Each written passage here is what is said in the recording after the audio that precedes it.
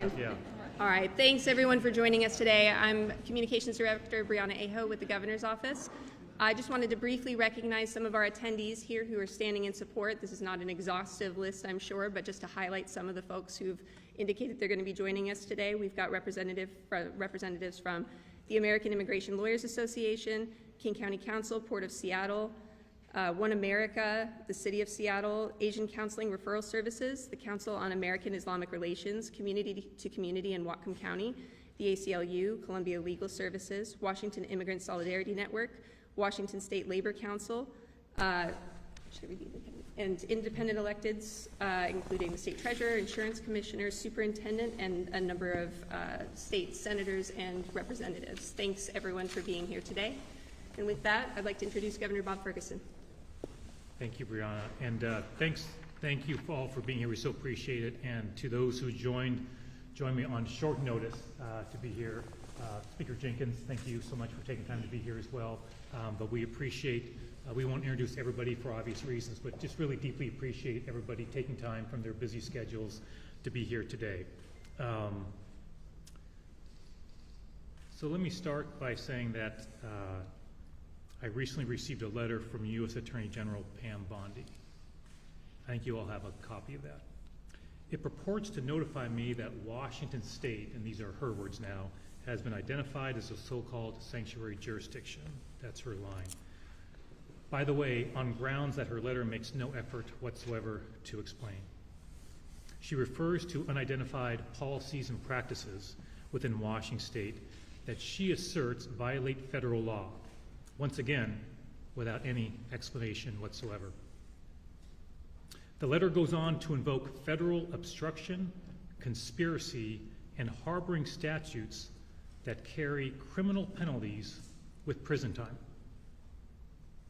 Bondi even threatens that state officials, including some of the folks who join me today, by the way, just so we're clear, even threatens that state officials, and I'm quoting now from her letter, operating under the color of the law, using their official position to obstruct federal immigration enforcement efforts and facilitating or inducing illegal immigration may be subject to criminal charges.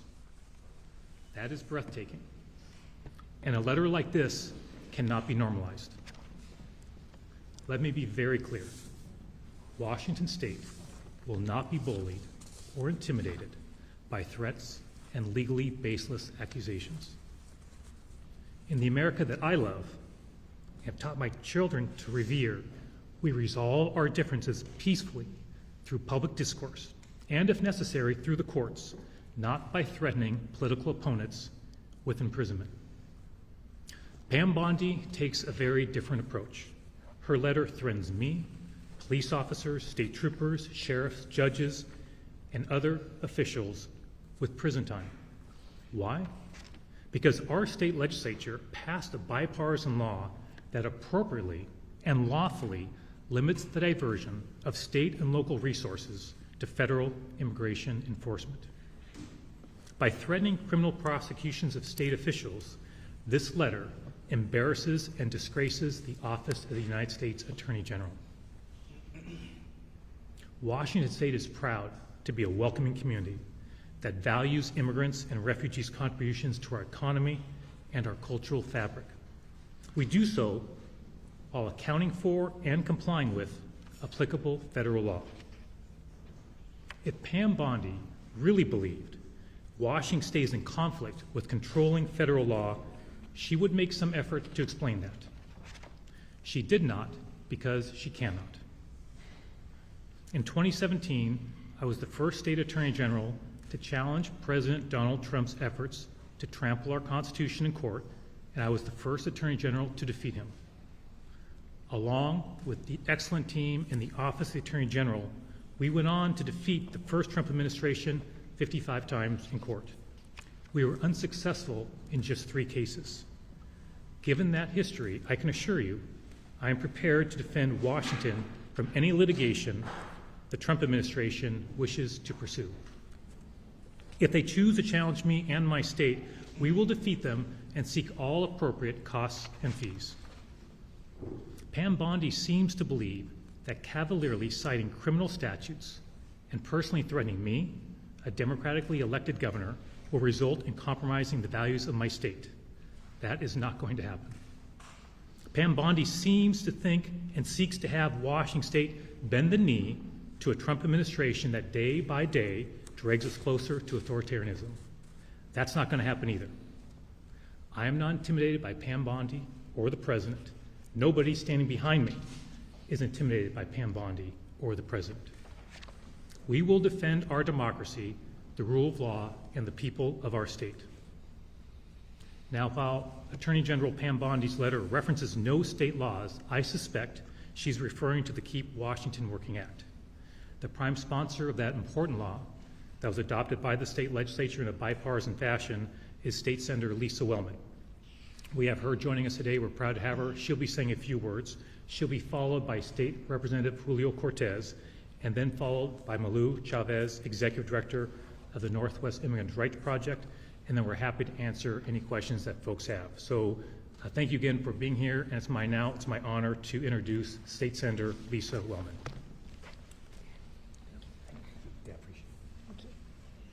I want to thank the governor and former Attorney General, who has from the very beginning been such a support through the 3-year process it took to work this bill and get it to its final stage. I think we've passed out to you a list of over 150 organizations in the state of Washington that signed on to this bill in support.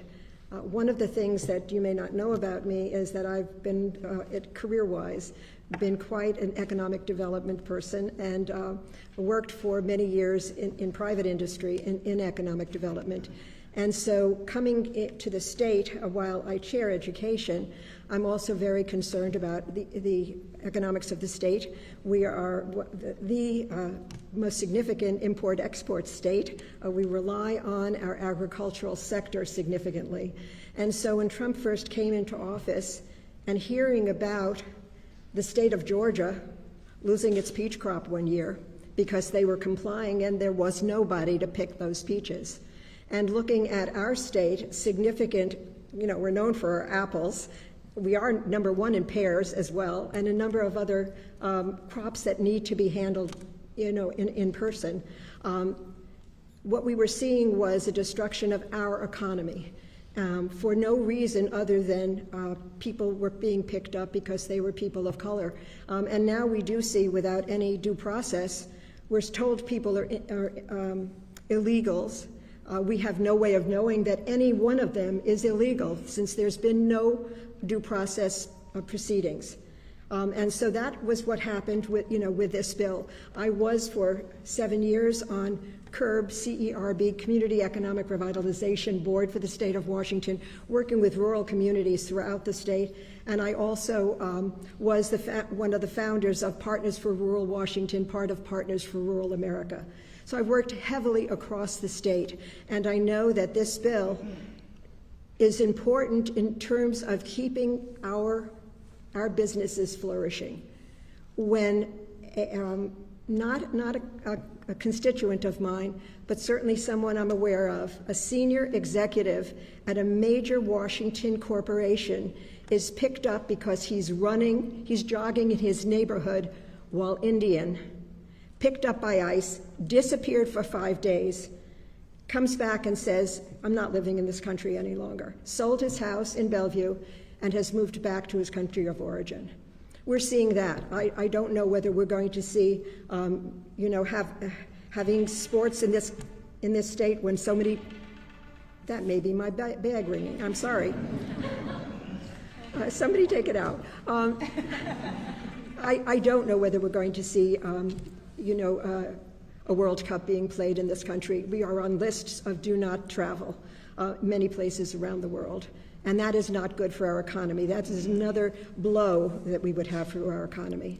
So that's what this bill is about, is to making sure that if people are doing bad things, it is the responsibility of the federal government, who now just got how many billions of dollars more to do their job. Do your damn job and leave us the hell alone. Thank you.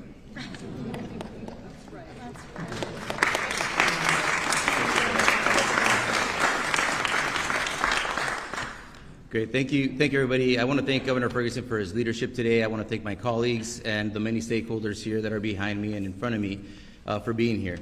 I'm Representative Julio Cortez, an immigrant and Vice Chair of the Latino Democratic Caucus. And here in Washington State, we believe in building communities that are safe, welcoming, and strong. It's the Washington promise, as I see it. A promise that every person, no matter where they come from, can live, work, and contribute to our state without fear of being torn away from their family or targeted because of who they are. Our immigrant communities are at the heart of our economy and culture.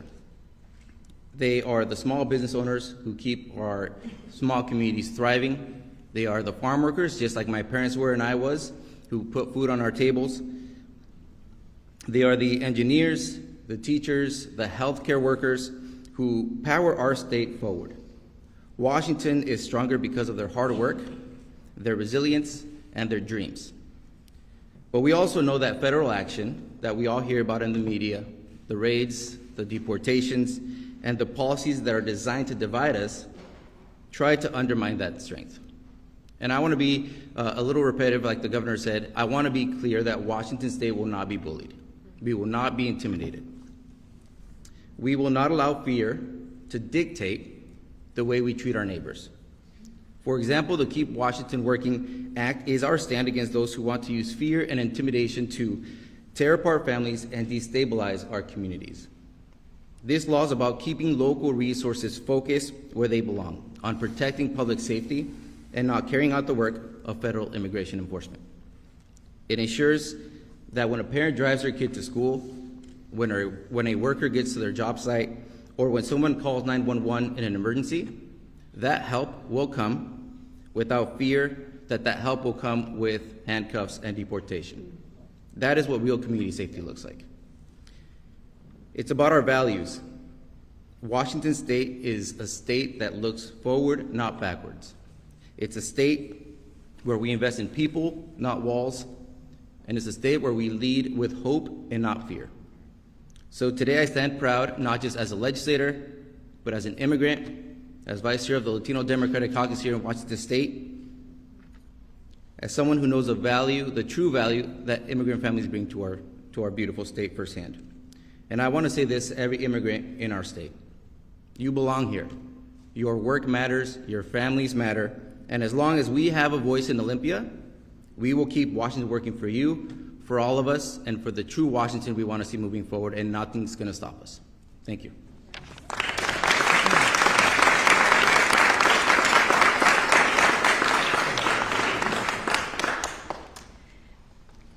Good afternoon, everyone. I want to acknowledge my colleagues here who are representing various organizations who stand with and walk alongside communities, immigrant communities in Washington State. I know we have Roxana with One America, Imran with Care Washington, Vanessa with YSEN, and others that I'm missing, and many others who are not able to join us today.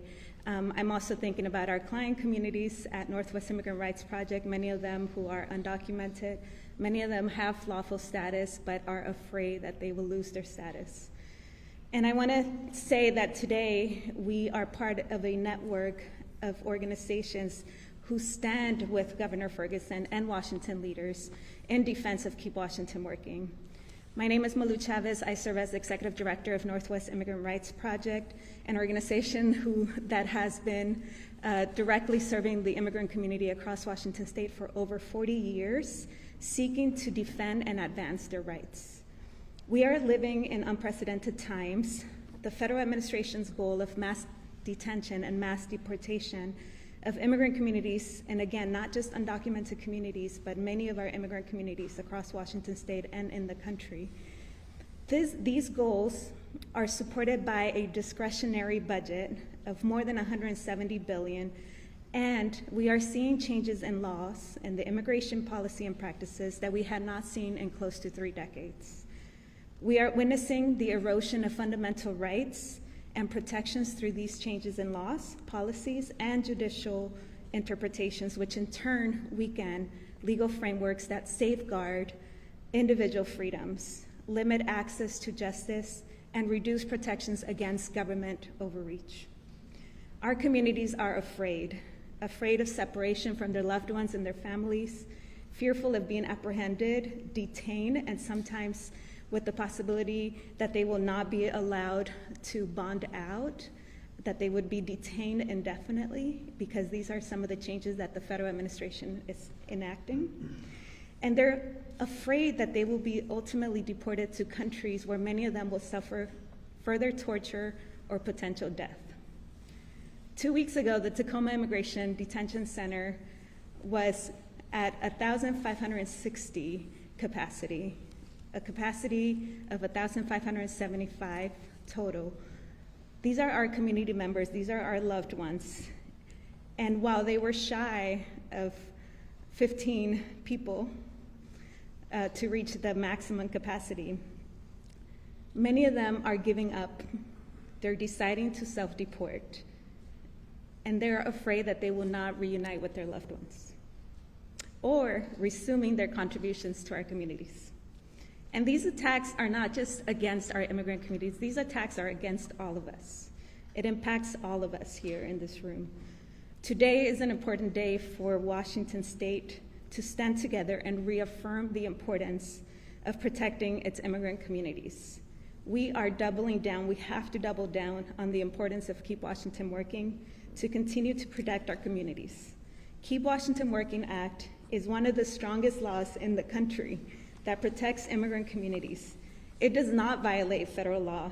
To the contrary, it requires the federal government to respect the law, which means it can't force local and state governments to do the federal government's job or work that is not under their local jurisdictions.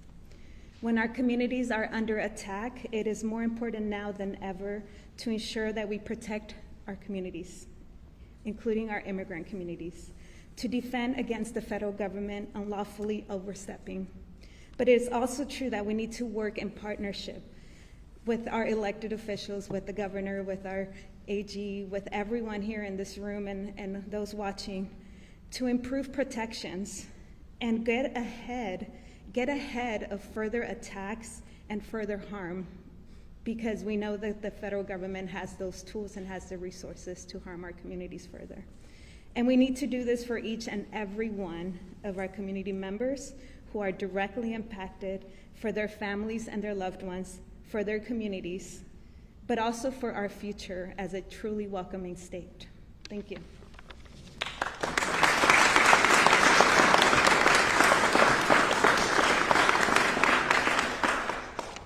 So I want to thank all of our speakers.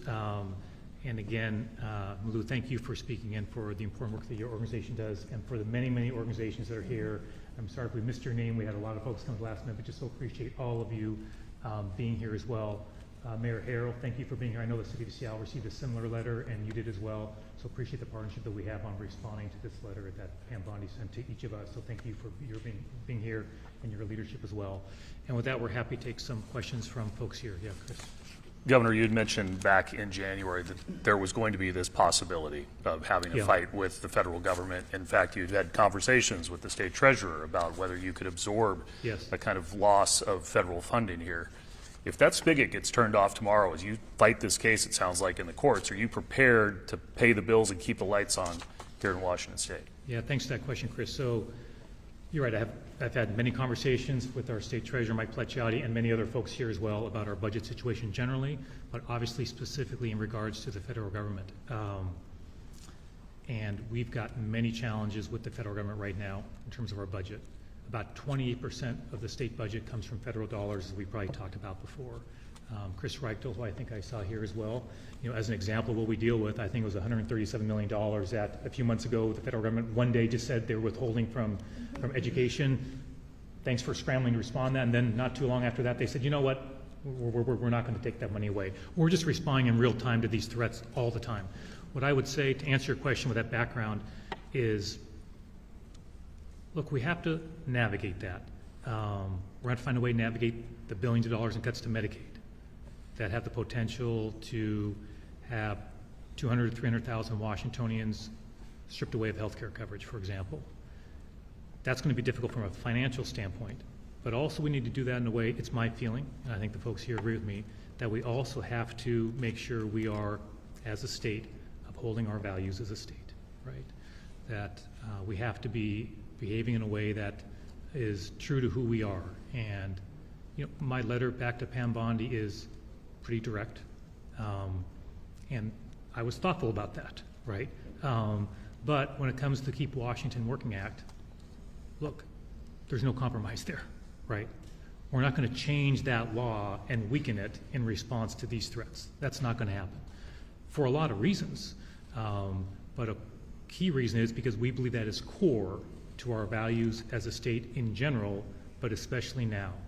And my view is, at a time like this, it's time to lean into those values. I think, Malou, you said to double down, I think was maybe the phrase you used, if I remember correctly, like to double down on that rather than to walk away from them. So, look, I recognize that each of these individual decisions can be tricky, and there's a lot of factors. I'm certainly aware of that, as is everybody who's here today. But in terms of my approach, and I think the approach of the state, that's the way that I'm looking at it. Yeah. Governor, the National Guard has been deployed in Los Angeles, Washington, D.C. That's another potential threat. And if this state's not going to do anything, are you and others, maybe Senator Wellman as well, concerned about them coming in and doing the job that this state's not doing, in their opinion?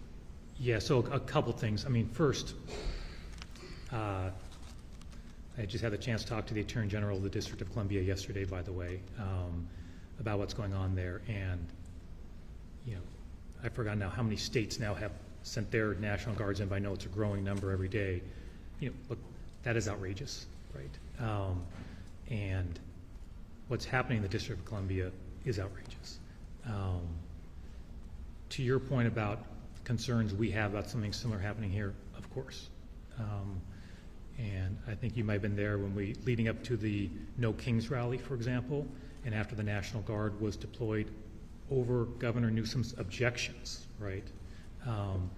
Many of us worked together to try and do everything we can to avoid that from happening, to do everything we could to ensure the protests were peaceful, not to give any excuse for the National Guard, for President Trump to send the National Guard in. So we're certainly very mindful of that, Drew, to do everything we can to avoid that from happening. We're obviously working closely with the Office of the Attorney General on what legal options we would have in an event like that. And so we're prepared for that. We're preparing for it. But what's happening in the District of Columbia is outrageous, but we're prepared for that. Yes. And certainly there's a lot of nuance, I think, both sides have failed to capture. There's a lot of distance between, what Senator Wellman pointed out, the days where they stop someone because their skin pigmentation and say, show me your papers. There's a big difference between that and the federal government pursuing people who are convicted child rapists, convicted drug traffickers, convicted murderers. So you use this phrase repeatedly that we're not going to sacrifice our state's values. We have several instances in the state. I see the patrol behind you. He just sat in front row in sentencing while the man who was sent to prison, an illegal alien, who murdered a Washington State Patrol trooper because of our state's sanctuary policies. He could have been reported multiple times, running to law enforcement, but our sanctuary policies shielded him. He went on to kill Trooper Christopher Down. How is that in line with our state's values? Yeah, our job is to make sure we're adopting laws that make the appropriate balance. And the Keep Washington Working Act, adopted in a bipartisan fashion, by the way, by the state legislature, I think strikes that right balance. If folks violate the law, engage in criminal conduct, they're going to be held accountable for that here in Washington State, and whether you're documented or undocumented. So I think those are consistent with the values of the Keep Washington Working Act, and we'll continue doing that. Other questions? Governor, Yes. can you explain the case law that you're using in this particular case? Because there have been cases in the past where the federal government has threatened to withhold federal funding Sure. unless states conform with federal policy. Right. Thinking back to 1987, when it came to federal highway transportation dollars and changing of the drinking age, Sure. and states fell in line there. What case law are you citing here that you believe you can stand behind in a fight with the Attorney General? Yeah, I think what I would say, I would turn that question around if that's okay, Chris, because keep in mind, it's Pam Bondi threatening us, okay? That's how this is starting. And look, as a lawyer, okay, when you get a letter like that, what is typical, if someone's threatening to file a lawsuit against you, what is common, what is just everyday lawyering, is you lay out your legal case, okay? You cite to cases, you provide your facts. None of that exist in this letter. It is all posturing. That's all it is. It's all threats. That's all it is. So, number one, my challenge is to her. What is this based on? Number two, I'm not going to prejudge potential litigation for obvious reasons, right? But what I will say is, having spent some time as Attorney General and having been Attorney General when this act was adopted, and obviously being very, very familiar with it and working with the legislature as they were moving through how to craft it and what's the right balance. What I will say, speaking for myself, is that I am very confident that if the federal government files a lawsuit challenging the Keep Washington Working Act, that we will be successful in defending it. We'll see what they choose to do. But I'm not going to, I hope you understand, won't get into the legal side of it now for obvious reasons, but my response letter does essentially challenge her. It does call out the fact that she cites to nothing other than some criminal statutes as part of her threat. So we're confident we will successfully be able to defend it. And that doesn't due large part to the many legislators who are here and others as well. Like, there was a lot of thought that went into the Keep Washington Working Act, trying to find the right balance and how we articulate that. A lot of thought went into that because we knew a day may come when there'd be a legal challenge to it. So we think it strikes the right balance, and I'm confident we can defend it. Any other questions? Let me go to someone that hasn't a question, if that's okay. Yeah, go for it. Are you expecting the next step now to be sued over this? I'll just repeat the questions, folks, here. Am I expecting the next step to be a lawsuit challenging? I don't know what to expect with the federal government today, tomorrow, or the day after tomorrow. I really don't. I don't mean that to avoid your question. I just, and what I believe, or the way I try to approach how things are currently with this administration, is to be prepared, right? That's where we can do our best work. As a cabinet, many of my cabinet members are here, right? As legislators, as organizations, all of us, right? Working together to be prepared as best as we possibly can. And by the way, that goes back to when the Keep Washington Working Act was adopted. I won't repeat, but a lot of that preparation went back into how we crafted that law, how the legislature crafted that law back in 2019. So I don't know what the next step is, but if they do choose to file a lawsuit, obviously we feel very prepared for it. But look, I would not have expected, as a governor of the state, to receive a letter from the U.S. Attorney General threatening to criminally prosecute me and other state officials over the Keep Washington Working Act. That was not something I had on my bingo card when I got elected, that's for sure. Yeah. Yes? Yeah. Yeah. Yeah.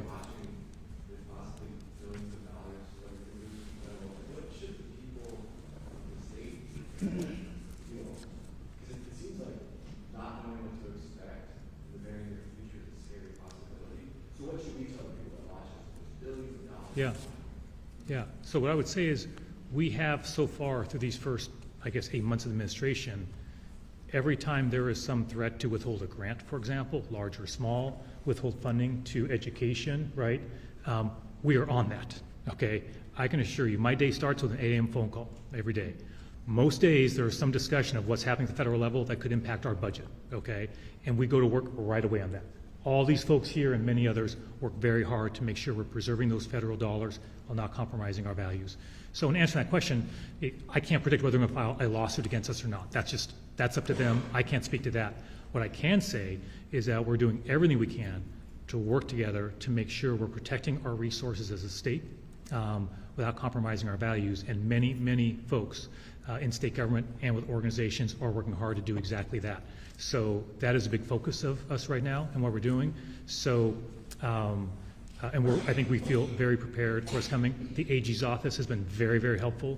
We loop them in, obviously, when these situations come up to make sure that we're following the law in an appropriate way. So there's a lot of work that goes into it. So that's what I would say to the people of the state of Washington. If you pick up the paper, you see something going on that outrages you about the federal government, I can assure you there's a team in the AG's office, there's a team behind me that are thinking about that, they're having meetings, talking about what we can do to fight back, to uphold our values and protect our resources. Sorry, I'm just going to, if you have any question, yeah. Yeah. Have you been in touch with those governors at all? And could you talk about those discussions? Is there a chance of kind of a de facto coalition moving forward? So I've not had a chance yet to, the letter I think I just saw for the first time on Friday, just to be clear. And so I've not had a chance yet to speak to the governors of Oregon or California, but I'm confident that those conversations will take place. Typically what happens on something like this, just to give you a sense, is I think on the question on the National Guard that was asked, for example, hey, my team would be having conversations, of course, with California, right, team about how they dealt with the National Guard situation. So that'd be very common that the teams would be in communication, and if appropriate, I'd be having a direct conversation, with the governor as well. So haven't had that, just, I'm sure they will happen, but just we've been focused on our response and getting folks together, but I'm sure those conversations will happen, yeah. Has anyone not had a chance to ask a question? Who wants to before I go back for a couple more? Great, let's do a couple more, yeah. A follow-up, I also have a question for Senator Wellman, and she's taking questions, but a follow-up to the question I asked earlier, you made the point, somebody breaks the law, doesn't matter if they're here illegally or they're citizens, we're going to arrest them, as is the case with the man who killed Trooper Gadd. But the point in the question was, he had had several run-ins with law enforcement in the years that he was living here illegally, where in a non-sanctuary stay, they could have cooperated with ICE to move him to the country. There's no doubt that Christopher Gadd would be alive today if it weren't for our state sanctuary policies. We also had the convicted child rapist who was just released from prison in Spokane out on the streets, so ICE had to go track him down in the community rather than having an orderly and more safe transfer. So no one's saying, let's go round up people in the fields or whatever it is, but why not cooperate with the federal government and with ICE when it comes to known violent criminals who we could remove from our streets in the interest of public safety? Yeah, appreciate that. I think I've answered that question. Any other questions that folks have? If not, I'll just, last question, yeah, go for it. We're just getting word from some other states. Governor Newsom has a very similar letter to yours. Are you concerned, though, that some states or cities may not take this approach and do change and bend that knee that you're speaking about? Does that concern you, that not everyone's going to take the approach that Washington and California are taking? I mean, that's a good question. I guess I've been pretty focused on our response here in Washington State, and I try not to, with other elected officials, whether other governors or elected officials in general, I try to give a lot of grace for folks who have difficult decisions to make, right? There's a lot of things to balance. And so I don't think, Drew, I'd want to, necessarily be critical of someone else on decisions they make or things they have to balance out. All I can speak for is, as a governor of Washington State, is what I think is the right thing for this state, right? That's, I think, what I need to focus on. And everyone's got to make their own decisions. I thought pretty carefully about the letter I wrote. I spent a lot of time on it. Went through every word pretty carefully, multiple times. I realize what I'm expressing back to Pam Bondi is pretty direct. But I just felt what she was writing to me was pretty direct as well, and it required a response that was not some legalistic thing, like it wasn't that, this was some other level. And I'm just going to repeat this again. Like, the idea that the Attorney General of the United States sends a letter to a governor, to a mayor, right? I think it's the same letter, I think, we just write that you got. It's the same letter. I mean, right, exactly. Right, exactly. It's what us lawyers would call a boilerplate letter. You're substituting out, right? But all laughing aside, I mean, truly, right, the idea that a U.S. Attorney General would write a letter like that, citing federal criminal laws and threatening criminal prosecution, that's a whole nother level. Maybe just last thing I just will say is that, I remember in 2017, so my year as Attorney General, Donald Trump was first president, and it was early that year, and we were, the AG's office, of course, was very involved in taking on the president, and I remember I picked up my daughter from school. She was probably 8 years old at the time, and we were walking home from school together, and she must have heard something at school that day that, like, her dad might get in trouble for, challenging the president, right? She was 8. I mean, you can understand why a kid might think that, right? That, hey, can you do that, and might you get in trouble? And she asked me about that on the walk home. It was something like, hey, are you going to be in trouble for doing whatever it is you're doing? I remember saying to her, I said, Katie, look, we're lucky to live in a country, right, where your dad or any American, right, can speak out against the president. Whether your dad can file lawsuits against the president say things that are pretty direct about that president, be critical, stop him from doing something illegal, and I don't get in trouble, right? That we're lucky we live in a country like that, and not to take that for granted, because not every country is that way. That there are plenty of countries where if your dad did that, you'd be going to jail, I'd be going to jail, right? And, you know, the idea that now I need to have that conversation with my daughter, okay, and explain, well, you know, maybe I'm not so sure about that. You know, now our country, a U.S. Attorney General threatens her father and other state officials with exactly that, going to jail. For what? For what? So look, I try to be careful with my words, you know, I really do, but we just really got to be honest with what's going on in our country right now. You know, we really do. And this is just taking things to an entirely another level. But what I appreciate is the support we have from so many all across our state. For folks who on very, very short notice are dropping what they're doing, being here today, the many other folks who couldn't drop everything today because they're busy with their things, who support our work, and we're not backing down, we're not compromising, we're not going to be bullied, we're not going to be intimidated. We have a lot of challenges ahead of us, but working together, I feel optimistic we will get through them. It's going to be a challenging time, but we're going to get through it. And I appreciate all of you so much for being here today and for all of you for joining today. Thanks so much, everybody. We appreciate it.